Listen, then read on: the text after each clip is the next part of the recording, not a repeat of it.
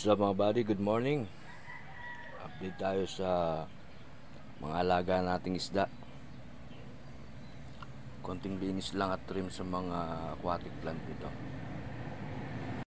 Medyo matagal-tagal na rin ako hindi nakapag-update sa mga alaga nating isda kasi last month naubos sila lahat. Ito meron tayong mga bagong andito, mga bagong strain.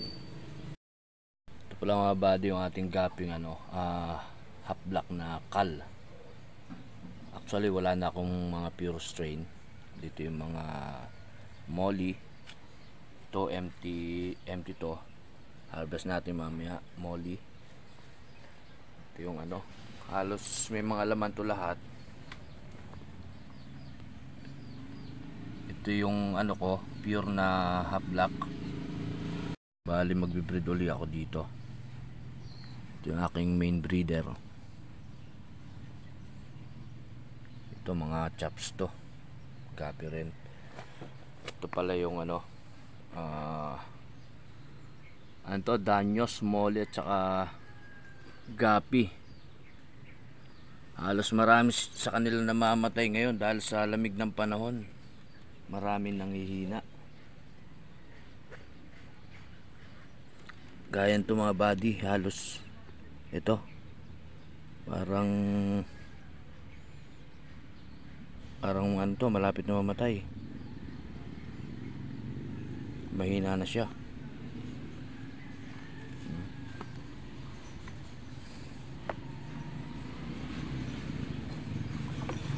As naglalanding na siya sa ilalim. Siguro dahil sa sa panahon. Sino isang araw ito mga buddy na ipong ko na mga molly, natuyo na sila. Si halos araw-araw may isa na namamatay.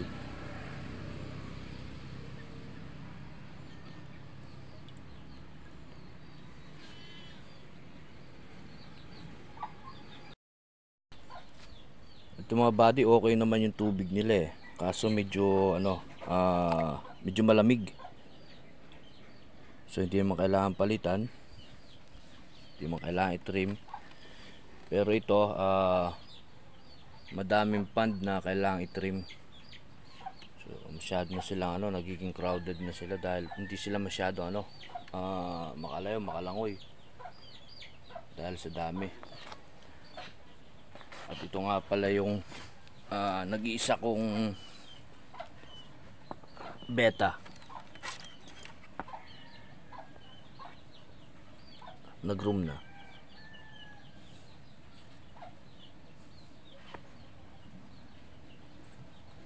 At yung nag-iisa kong nag-isa natin pagong. So lumaki na rin siya. Dito yung ating mga orange shrimp. Parang ubos na rin sila. Parang namatay na dahil sa lumalamig na tubig.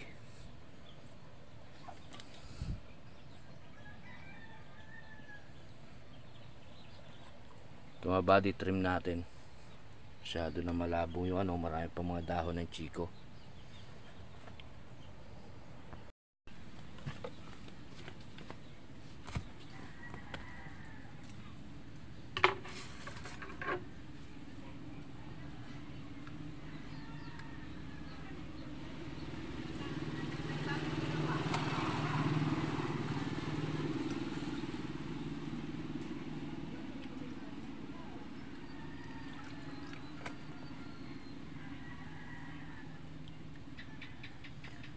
Mga body yung kailangan linisin minsan kasi para itong para itong lambat na pag sumabit sa mga isda na mamatay, nalulunod sila. Yung ganitong lumot tinatanggal ko rin itong mga body para maging maayos yung paglangoy nila.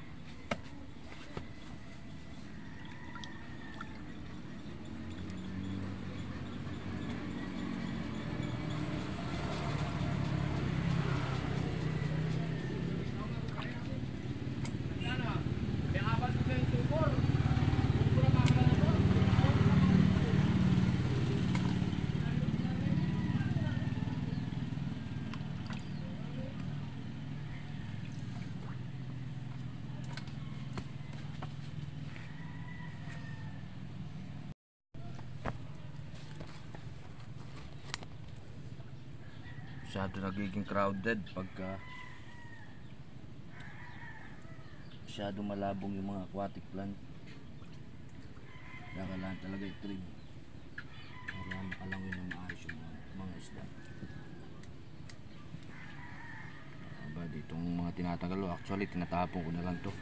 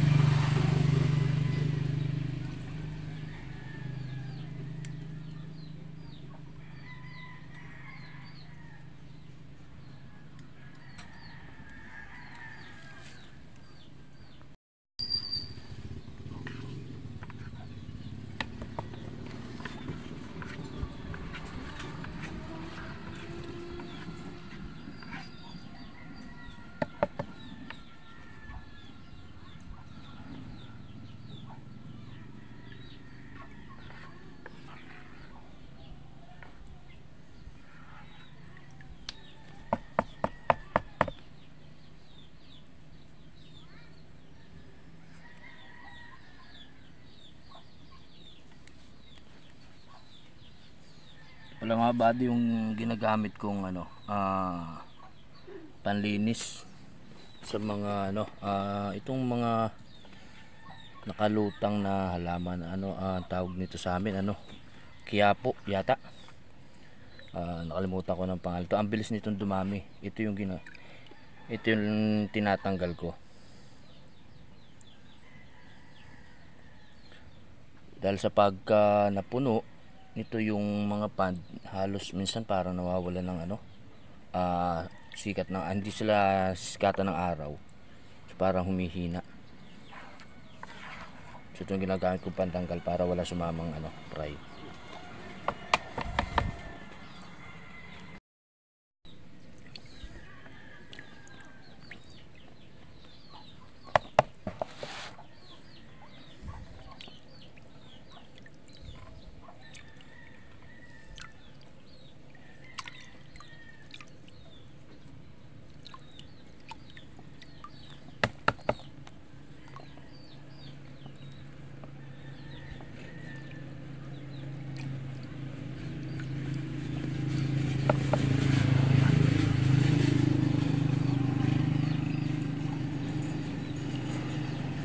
Sumamang molly. Mga body molly to.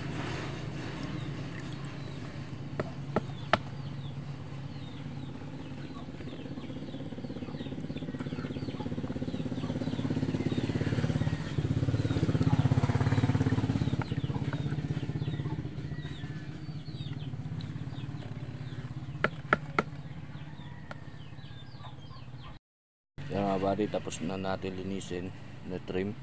Ito pala mga body yung setup ng aking mga planggano pond, mga palde. May mga lamang isda lahat mga gapi, molly, danyos. Yan yung mga laman nito. Ito kahit walang aerator, walang air pump, mabubuhay sila basta may aquatic plant.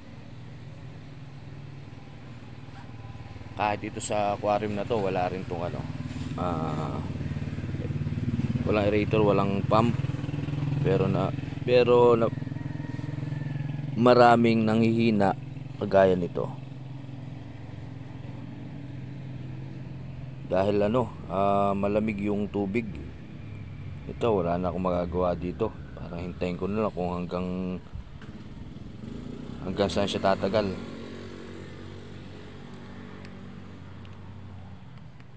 Ito mga buddy, maraming salamat sa panonood. Shoutout nga pala kay Maricel Unato, ang solid supporter at subscriber. Maraming salamat sa inyong suporta buddy. Hanggang dito na lamang ang aking video. Sunod ulit, sana magustuhan nyo. Maraming salamat.